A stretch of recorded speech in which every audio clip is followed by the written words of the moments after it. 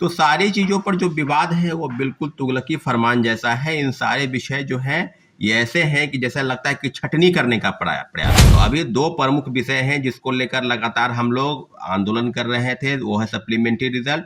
और दूसरी प्रमुख की 10 बार 10 वर्ष की उम्र सीमा में छूट मिलनी चाहिए थी। यानी कहने का मतलब है कि इस तरह की चीज़ों से बिल्कुल बचना चाहिए था, परंतु बिहार पुलिस अवर सेवा आयोग ने लगातार छात्रों अभ्यर्थियों को मानसिक रूप से प्रताड़ित किया है। आर्थिक अपराध इकाई को इस बार बताना होगा कि मुख्य सरगना कौन है, किसी कोई लीडर है, कोई नेता है जो बिहार सरकार में मंत्री है,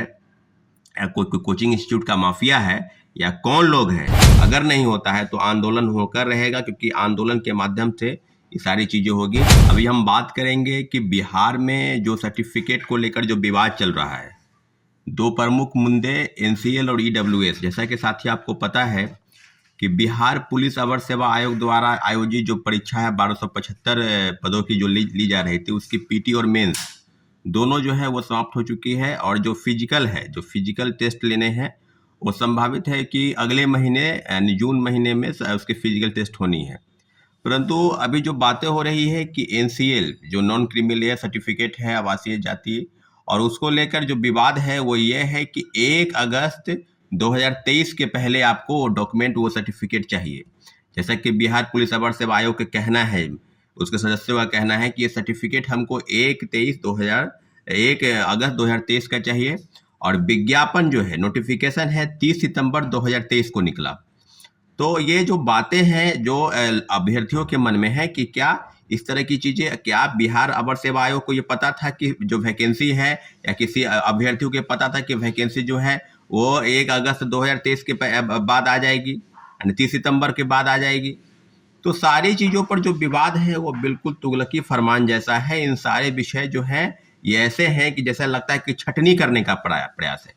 छटनी करने की प्रक्रिया है, 1275 लोगों का चयन करना है बिहार पुलिस अवर सेवा आयोग में, और जो बातें हैं उसको लेकर जो विवाद है एनसीएल में, उसमें स्पष्ट है कि जल्द से जल्द इस मामले में अगर सुनवाई नहीं हुई, जल्द से जल्द इस मामले को सुलझाया नहीं गया, क्योंकि लगातार छात्रों अभ्यर्थी जो दरोगा के अभ्यर्थी हैं, चाहे वो मेल हो चाहे फीमेल हो, सबका लगातार कॉल आ रहा है और इस विषय पर कि नॉन क्रिमिनल सर्टिफिकेट कैसे बनवाएं, जब अपलोड करना है ये तरह। आपको याद होगा जब भी विज्ञापन आता है तो जाति या आवासीय जो भी एनसीएल है सर्टिफिकेट या ईडब्ल्यूएस डॉक्यूमेंट है, ये फॉर्म भरने के जो बाद होती है, कई लोग जो है फॉर्म भरने के बाद फॉर्म जब अप्लाई होता है उस समय वो अप्लाई करते हैं। जाहिर सी बात है कि 1 से 1.5 महीने तक सारे फॉर्म विज्ञापन में जो है वो फॉर्म भरने की डेट रहती है, और इनका जो है वो एक महीना पहले चाहिए। यानी कहने का मतलब है कि इस तरह की चीज़ों से बिल्कुल बचना चाहिए था, परंतु बिहार पुलिस अवर सेवा आयोग ने लगातार छात्रों अभ्यर्थियों को मानसिक रूप से प्रताड़ित किया है। इन सारे विषयों पर जल्द से जल्द संज्ञान हो, और आने वाले समय में जिस तरह की चीज़ें फिजिकल अपीयरेंस को लेकर जो बातें हैं उसको लेकर भी मुद्दे को सुलझाया जाए। दूसरी प्रमुख विषय है इसके लेकर कि क्या जो विवाद है तीसरे फेज की बहाली की जो प्रक्रिया है वो लगातार ये कही जा रही है कि 10 जून के बाद 10, 11, 12 संभावित तिथि बताई जा रही है। तो क्या जब जांच चल रही है, जब आर्थिक अपराध इकाई की टीम बिल्कुल बेहतर काम कर रही है, पहले हजारीबाग से लोगों की गिरफ्तारी की, उसके बाद मुख्य सरगना की गिरफ्तारी जब हुई, उसके बाद आपको पता है कि अभी इंदौर अभी उज्जैन से 5 लोगों की गिरफ्तारी हुई, जिसमें एक डॉक्टर है, उसके कहने पर उसके बयान के बाद पटना में फिर 7 लोगों की गिरफ्तारी हुई, और लगातार गिरफ्तारी चल रही है। अगर बात आर्थिक अपराध इकाई जो शिक्षक बहाली कांड का जो उद्भेदन हो चुका है, जो बिल्कुल अब ये सिद्ध हो गया कि पेपर के संदर्भ में जो बातें हैं, जो आर्थिक अपराध इकाई की टीम काम कर रही है, उसको ये इनपुट मिला है कि TRE-1 और TRE-2 में हूबहू इसी तरह की चीज़ें आ गई, और आने वाले समय में जिस तरह की चीज़ें हैं जो सप्लीमेंट्री रिजल्ट के नाम पर हम लोग को धोखा हुआ, जो सीटेट अपेयरिंग बात, STT अपेयरिंग की बात, और 10 वर्ष की उम्र छूट। तो अभी दो प्रमुख विषय हैं जिसको लेकर लगातार हम लोग आंदोलन कर रहे थे, वो है सप्लीमेंट्री रिजल्ट, और दूसरी प्रमुख की 10 बार 10 वर्ष की उम्र सीमा में छूट मिलनी चाहिए थी, और 3 बार से अटेम्प्ट को बढ़ाकर कम से कम 5 बार की जानी चाहिए। क्योंकि अगर आपके मन में इस तरह की चीज़ें हैं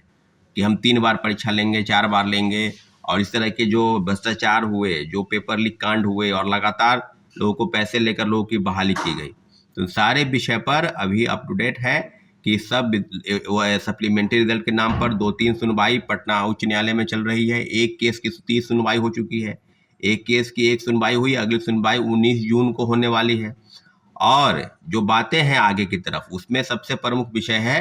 कि 10 वर्ष की छूट और अटेम्प्ट को लेकर 3 बार से बढ़ाकर 5 बार की जानी चाहिए। इन सब विषयों पर चुनाव के बाद जल्द से जल्द हम लोग बात करेंगे। जो नेता हैं, जो दोनों डिप्टी सीएम हैं, उनसे बात करेंगे, मुख्यमंत्री जी से बात करने का प्रयास करेंगे। अगर नहीं होता है तो आंदोलन होकर रहेगा, क्योंकि आंदोलन के माध्यम से ये सारी चीज़ें होगी। लेकिन इतना जरूर है कि जब तक जांच सही दिशा में भंडाफोड़ अगर हो गया है या अगर उस दिशा में आगे नहीं बढ़ती है, तब तक परीक्षा लेने का कोई औचित्य नहीं है। और आने वाले समय में जिस तरह की बीपीएससी के काले कारनामों का कच्चा चिट्ठा पूरे छात्रों अभ्यर्थियों के बीच में आ गया है, उसका परिणाम ये है कि लोकसभा के आम चुनाव जो हो रहे हैं उसमें सारे अभ्यर्थी लगभग नोटा पर बटन दबा रहे हैं। और नोटा पर बटन दबाने का जो औचित्य है बिल्कुल सही है। इसलिए जितने भी चीज़ें हैं जो विवादित चीज़ है उससे बचने का प्रयास होना चाहिए। परंतु बीपीएससी ने अपने सारे साख को गिरा दिया है और आने वाले समय में निश्चित रूप से जितने भी बिंदु हैं, महत्वपूर्ण बिंदु है, सब पर चर्चा करेंगे। लेकिन इतना जरूर है साथियों कि जो विवाद है वो है कि क्या बीपीएससी इस तरह के काले कारनामों का अगर उजागर नहीं होती है, अगर 66वीं पेपर लीक कांड हुआ, 67वीं पेपर लीक कांड हुआ, और जैसा कि आरोपी का कहना है कि 64वीं से लेकर 69वीं तक वहीं पर प्रिंटिंग प्रेस में प्रश्न पत्र छपे जहां जो ब्लैक लिस्टेड कंपनी है, तो पूर्व चेयरमैन श्री अतुल प्रसाद जी की अहम भूमिका इस मामले में है और उनको जल्द से जल्द संज्ञान में पूछताछ की जानी चाहिए थी। पूछताछ शायद हुई है, तो सब मामलों पर क्या अपडेट होता है। लेकिन इतना जरूर है कि आर्थिक अपराध इकाई को इस बार बताना होगा कि मुख्य सरगना कौन है, किसी कोई लीडर है, कोई नेता है जो बिहार सरकार में मंत्री है, या कोई कोचिंग इंस्टीट्यूट का माफिया है, या कौन लोग हैं जिसके सह पर इतने बड़े काले कारनामे बीपीएससी द्वारा रचित है और बीपीएससी कर रही है साथियों।